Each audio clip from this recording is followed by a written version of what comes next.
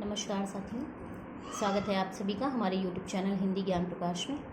तो जैसा कि हम हिंदी साहित्य को पढ़ रहे हैं और हिंदी साहित्य के अंतर्गत हम आदिकाल में रासो साहित्य पर चर्चा कर रहे हैं। तो रासो साहित्य के अंतर्गत हमारे जितने भी रचनाएँ आती हैं प्रमुख, उनमें हमने प्रमुख 3 रचनाओं के बारे में बहुत डिटेल में पढ़ लिया है।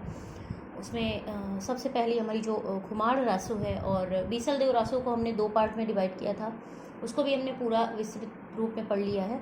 और थर्ड हमारी जो रचना थी परमाल रासो, जिसे आलागंडी भी कहा जाता है, उस पर भी हमने बहुत डिटेल में चर्चा की। और आज हम 5 प्रमुख रचनाओं को एक साथ ही पढ़ने वाले हैं, क्योंकि ये 5 रचनाएं ऐसी हैं जिनके बारे में हम बहुत डिटेल में नहीं पढ़ेंगे। इनमें जो महत्वपूर्ण बिंदुओं पर चर्चा करेंगे उनके, तो जहाँ से प्रश्न बनते हैं परीक्षा में पूछे जाने वाले जितने भी महत्वपूर्ण पॉइंट हैं इन सभी रचनाओं के बारे में, तो हम आज उन्हीं पे चर्चा करेंगे। तो उन 5 रचनाओं में से विजयपाल रासो, हम्मीर रासो, जयचंद्र प्रकाश, जय मयंक जस चंद्रिका और रणमल छंद, ये 5 रचनाओं को आज हम एक साथ ही डिस्कस करने वाले हैं।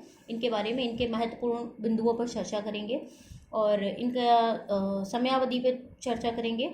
और जो भी इनके मतलब इम्पॉर्टेंट टॉपिक, मतलब जो भी कह सकते हैं महत्वपूर्ण बिंदु हैं, हम सारे जो इम्पॉर्टेंट पॉइंट हैं उन पे बात करने वाले हैं आज। तो एक साथ ही हम 5 रचनाओं को आज इस कक्षा में देखने वाले हैं। तो चलिए सबसे पहले शुरुआत करते हैं विजयपाल रासो से। तो विजयपाल रासो के समय की बात करते हैं, तो नहीं, सबसे पहले रचनाकार की बात करते हैं। तो रचनाकार कौन थे? नल सिंह भाट जी। तो विजयपाल रासो के रचनाकार कौन थे? नल सिंह भाट जी। समय की बात करते हैं थोड़ी सी। तो समय क्या माना है? तो अलग अलग विद्वानों के अनुसार अलग अलग समयावधि मानी जाती है। तो मिश्र बंधुओं ने क्या समय माना है विजयपाल रासो का? 1298 का समय माना है, ईस्वी सन में माना है। 1298 ईस्वी सन का समय माना है, मिश्र बंधुओं ने माना है। और डॉक्टर नगेंद्र ने क्या समय माना है? 16वीं शताब्दी का समय माना है इन्होंने।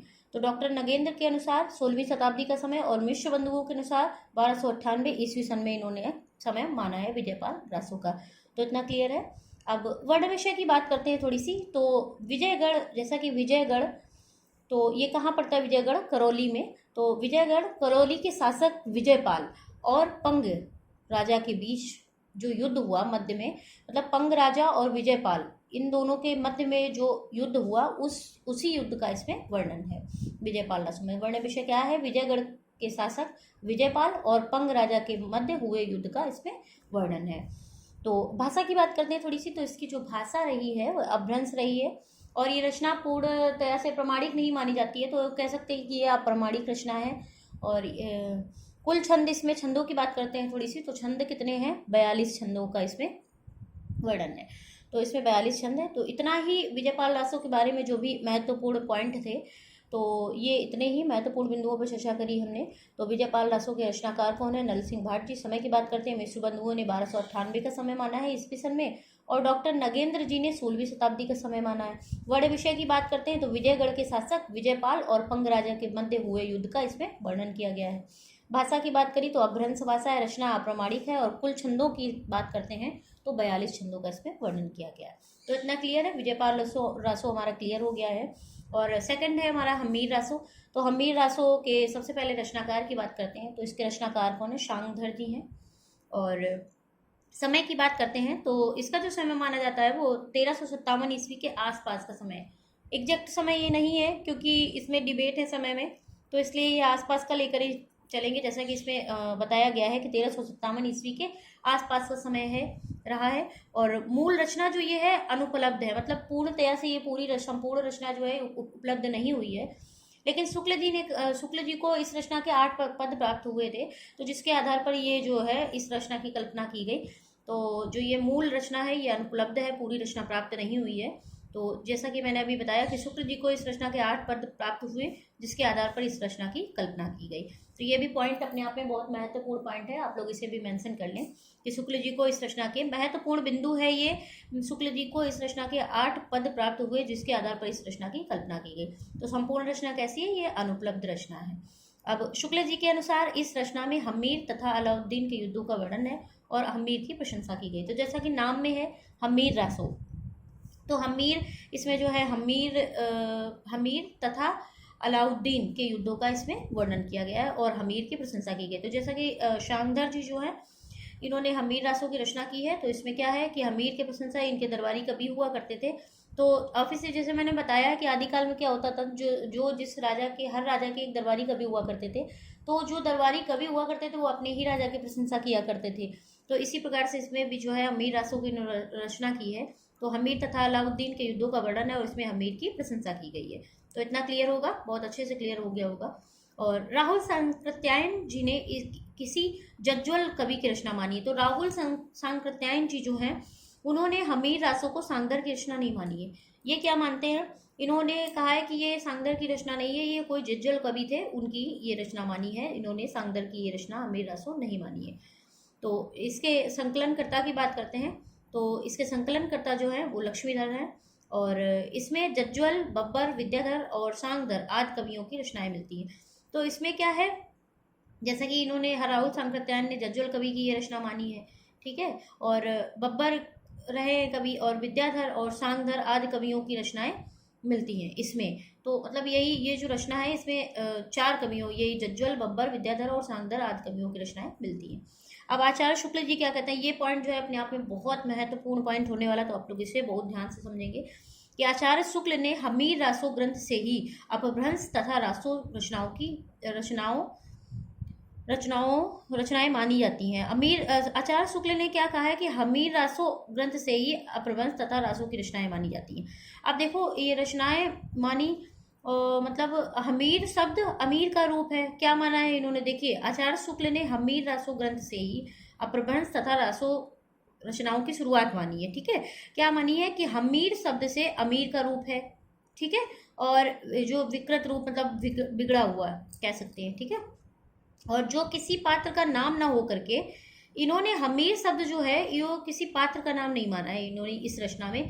जैसे कि इसमें दिखाया गया कि हमीर की प्रशंसा की, ये हमीर नाम के जो राजा हुए तो उनका इसमें, तो ये किसी राजा का नाम, किसी पात्र का नाम नहीं मानते हमीर। यहाँ पे इन्होंने हमीर का अर्थ क्या निकाला यहाँ पे कि अमीर होगा, अमीर का रूप, हमीर जो है वो अमीर का रूप है और मतलब विकृत, एक बिगड़ा हुआ रूप है और जो किसी पात्र का नाम ना होकर के एक विशेषण के रूप में प्रयोग हुआ है। समझ गए आप लोग कि आचार्य शुक्ल जी ने यहाँ हमीर किसी पात्र को नहीं माना, इन्होंने अमीर का एक रूप माना कि वो एक अमीर व्यक्ति है और जो बिगड़ा हुआ है, पथ भ्रष्ट जिसको कह सकते हैं, है ना। अपभ्रंश भाषा में क्या होता है, भ्रंश जो होता है पथ से भ्रष्ट होना, अपभ्रंश का अर्थ निकालेंगे आप तो पथ से भ्रष्ट होना, इस तरह से होता है ना। तो इसी तरह से अमीर का रूप माना है हमीर को और किसी पात्र का नाम एक विशेषण के रूप में माना है, ठीक है। विशेषता क्या है, अमीर है, विशेषण मतलब विशेषता होगी, तो विशेषता क्या है, यहाँ पे अमीर का रूप माना है, ठीक है। ये कथन किसका है, आचार्य प्रसाद द्विवेदी जी का है। तो ये आचार्य शुक्ल ने हमीर रासो ग्रंथ से अपभ्रंश तथा रासो की रचनाएं मानी है और हमीर ये जो कथन है अलग है, ये हमीर शब्द अमीर का रूप, अच्छा ये आचार्य हजारी प्रसाद द्विवेदी जी का कथन था, सॉरी। तो हमीर शब्द अमीर का रूप जो पथ बिगड़ा हुआ, जो किसी पात्र का नाम ना होकर के एक विशेषण के रूप में प्रयोग, यह आचार्य हजारी प्रसाद जी का कथन है। थोड़ा सा डिबेट था, तो यहाँ से आप क्लियर कर लीजिएगा कि यह आचार्य हजारी प्रसाद द्विवेदी जी का कथन है, तो आप इसको थोड़ा सा क्लियर कर ले। और जयचंद प्रकाश जी ने क्या माना है, जयचंद प्रकाश जी जो हैं उसके ये एक रचना है, प्रमुख थर्ड है हमारी। तो हमीर रासों को हमने क्लियर कर दिया, जो भी इसमें महत्वपूर्ण बिंदुओं पर चर्चा करनी थी वो हमारी पूरी हो गई। और जयचंद प्रकाश की बात करते हैं थोड़ा सा, तो रचनाकार कौन है जयचंद प्रकाश के, तो भट्ट केदार जी रचनाकार माने जाते हैं इसके, भट्ट केदार जी। और कवि का समय इसमें जो भट्ट केदार जी का रचना का समय नहीं है, भट्ट केदार जी का जो समय है तो विक्रमी संवत में 1225 ईस्वी के आसपास का समय माना जाता है। इनका समय भी एग्जैक्ट समय नहीं है, इसमें भी डिबेट है। तो ये आसपास का समय 1225 के आसपास का समय मान लिया जाता है, इनका कवि का समय है। और समय जो है अज्ञात है, किसका, रचना का समय जो है वो अज्ञात है। कवि का समय इसमें दिया गया है 1225 ईस्वी के आसपास का समय।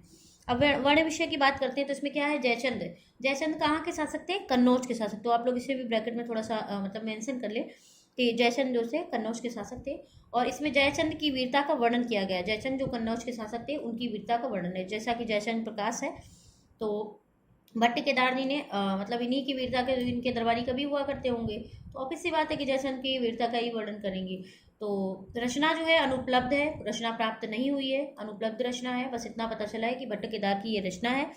और इसमें किसका वर्ण विषय, इसका जो जयचंद कन्नौज के शासक हैं उनकी वीरता का वर्णन किया गया, रचना अनुपलब्ध है।